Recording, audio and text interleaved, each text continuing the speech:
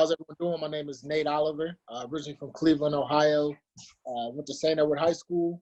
Had the opportunity to play football at the Ohio State University between 2007 and 11 under Coach Tressel. Played safety and linebacker.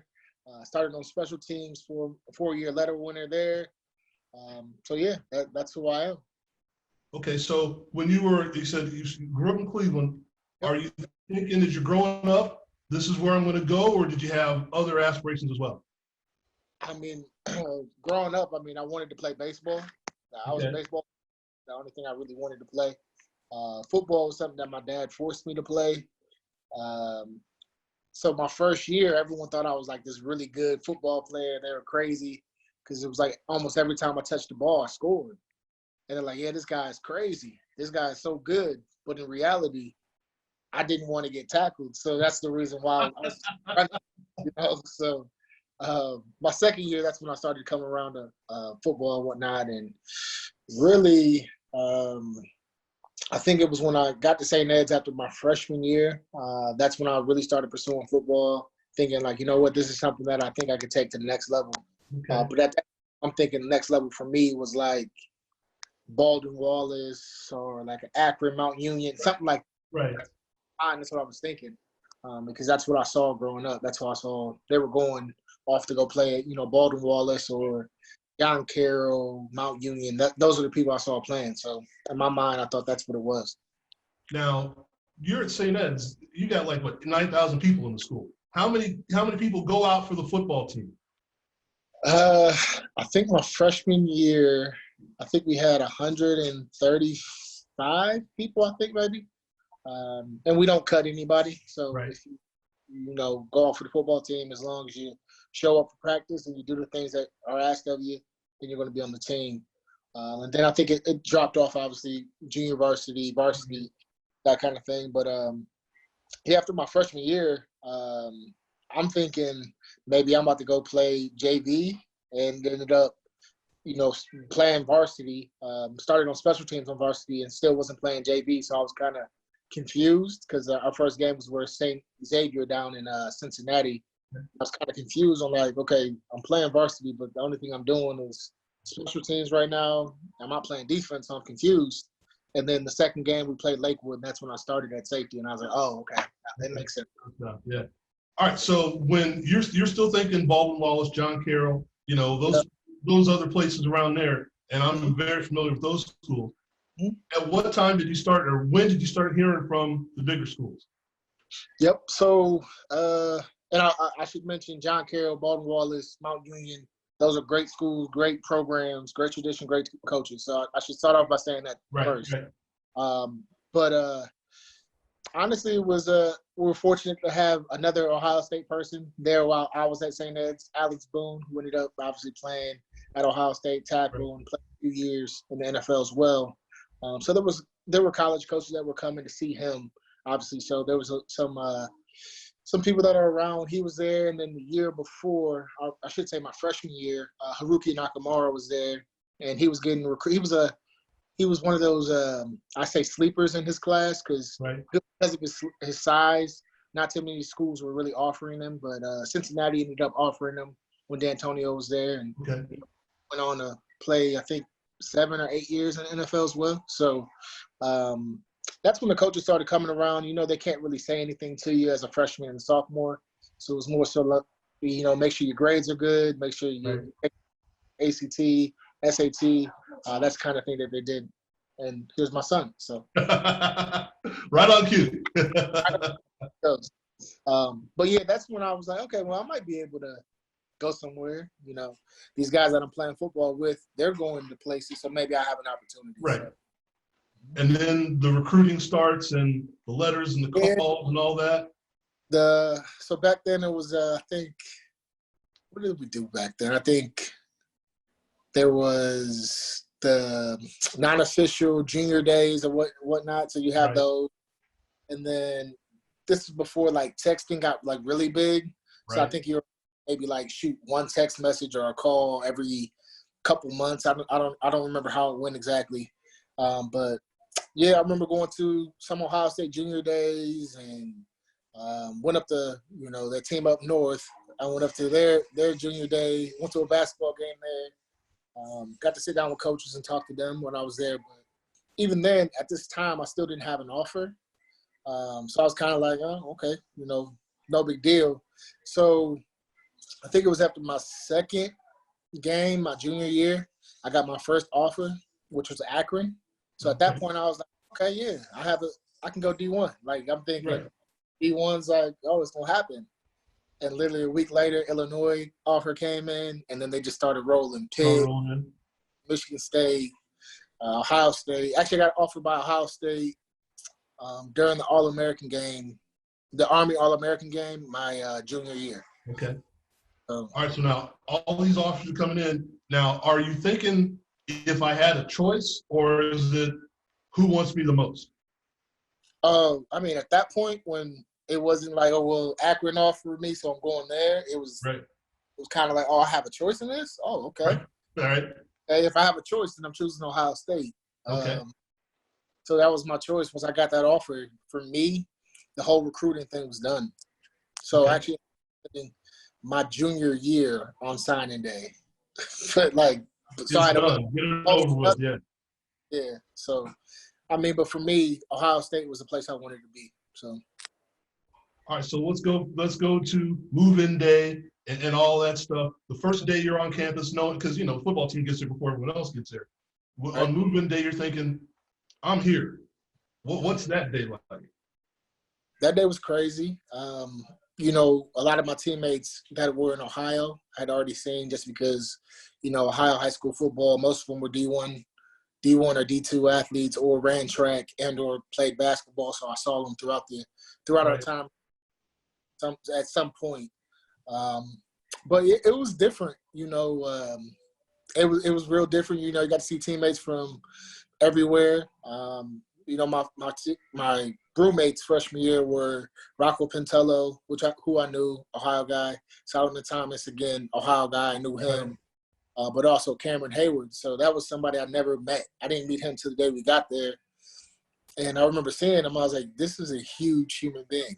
I know I'm playing D1 football, but the game has changed, right? Yeah. Yeah, my age, and he's this big. This is wild. He's only going to get bigger, right? Yeah, it changed. And then after that, we had a meeting over at the Woody. And outside of seeing people in my freshman class, the first person I saw was Doug Worthington, who's a huge human being as well. Yeah. And then it was followed up by Vernon Golston. I'm like, yo, these are just massive humans. Like, I don't get it. Because I finally I'm playing behind them, right? Yeah. Yeah. I finally got to the locker room and saw people that looked like me, and I was like, okay, good. I'm okay. It's good to be playing safety behind them instead of playing running back on the other side, right? Oh, man, I didn't want any problem with that. Problem was playing safety. Then I saw Beanie, and I'm like, he's the running back? Come on, man. It was different. Yeah, it is. Like you said, you're initially thinking a few years ago, Baldwin Wallace, and now you're seeing Beanie Wells come at you in practice. I'm sure that's a little bit different. Yeah. It's a little bit different. Yeah. So now you're in the middle of it, right? Season's going on, a couple years go through. Like I said, you're starting special teams, you're getting there. When did it occur to you that, or does it occur to you that I'm in the middle of something special? I'm not at that team up north, or I'm not at Illinois. I'm in what everyone else outside of this place is just crazy about. Or are you still kind of in a vacuum and you don't realize that at the time? I say it probably wasn't until my second camp at Ohio State, because the first camp, I'm still trying to figure out the program. Like, okay, what is it like on my everyday, on top of trying to figure out a playbook, on top of trying to compete against, these guys who've been like in the college weight room for a year plus, and run, and my legs weren't ready to run the way that we were running. So I'm like, yo, this is all different. But I would say it was my second year, and it had nothing to do with like football necessarily, but everything to do with like Coach Tressel. So during camp, we had this period what we call quiet time, and we went into the winner's manual and We had an opportunity just to really, develop ourselves mentally and spiritually, depending on what section it was in. But it was during those times when I realized like this is a special place. It's not necessarily about, obviously it's about football, but it's about the people. It's about the tradition. It's about interacting with amazing coaches and mentors and just great people like Coach Tressel every day that really made this place special. So that I think it would be my second camp, my junior year, or sorry, my sophomore year. Okay, so now you got that feeling. Now you're going to class and you're interacting with the students and all that. And you're walking across the campus and you're going across the oval. Do you get a sense of it's even bigger than the football part? Yeah. Just really going across the oval and really going to classes and talking to people who were from all over the state of Ohio or even the country, and really getting their take on what Ohio State meant to them and how important it was for them to actually be there and what it meant for them because their family, their mom and their dad or their brother or sister went there. I was like, man, this place was really, it's bigger than football. Yeah. Like for me, I was the first person in my family to go, really go to college and graduate from college. So just because of football, it allowed me to be in that position. It was kind of something that was like somewhat normal. But to see and be around the tradition, it's kind of like, yo, like this is a lot bigger than football. This tradition here. And that's what I'm hearing from everybody. It's like if you now like people that have brothers or sisters or something going to school, they kind of got it, but you don't get it until you're there. Yeah. And you kind of look around and go, there's more to this than I thought. Yeah, man. It was definitely amazing. It's an amazing feeling. So now you're getting close to the end, which we all know it's not an end, it's a beginning, but you don't know it at the time. So you're getting close to the end and you're thinking, okay, we got senior tackle, all that stuff coming up. What do you think in those 3 or 4 weeks? And then, of course, you got that game coming up after that. Are you thinking, what's going on? I think my class in particular, our situation was just different. Our senior year, that's when Coach Fickle had the interim head coaching position. So, like, we didn't have Coach Tressel that was there. We tried to keep the traditions the way that he had them, but it just wasn't the same the way without Coach Tressel, honestly. Right. So 3 to 4 weeks into it, at this point, like I know that, I'm still going to do my pro day, but the chances of me, making an NFL team are very slim. And that's okay. It's just coming to that realization. Seeing that and then realizing, like, I only have a couple more weeks. Well, at that point, you have two to maybe 3 months left to really play ball with these people that you've been seeing every day for the last 4 or 5 years. Right. It was different. It was sad. It was there was just a lot of things going on. It wasn't a normal senior year just because of everything that was going on with Coach Tressel being gone and the different investigations that were still going on, and it was just wild. But honestly, it was humbling, and it was one of those things where it takes me back to what Coach Tressel always said. As a freshman and a sophomore, he was like, you guys are young. This quiet time that you guys are doing right now and the different activities that we're doing as a team, it may not seem like that big of a deal for you right now. But as you get older, when you become a junior and you become a senior, these things are going to mean a lot more to you. And you're actually going to, realize that probably when you were younger, you took these things for granted. He was right. At that moment, it was like, man, if I can just go back and have one more month just to play ball. Right. Crazy, like, because I remember people used to come back and say, man, I wish I can go run the stadium stairs again with my teammates, or I wish I can do this or do that. And I'm looking at them like, you're crazy. You want to do what? Yeah. Yeah, but, like, I understand. Like, I wish I could go back and run those stadium stairs too. Like, I get it. Yeah. Well, yeah, it was humbling. It was one of those things that it put life in perspective. Now, then, and those are the kind of things that obviously, you don't know what you don't know because you don't know it yet. But once you kind of been able to reflect on that, once you graduate, you're out of school, how does that time help you move forward, help you with your son, help you with what you're going to do in the future? Yeah, I think it was training ground. Like I always tell people that I played sports my entire life, in particular football, and I didn't realize it while I was playing the game, but it was really training ground for the rest of my life. Whether it be for football meetings at Ohio State, for example.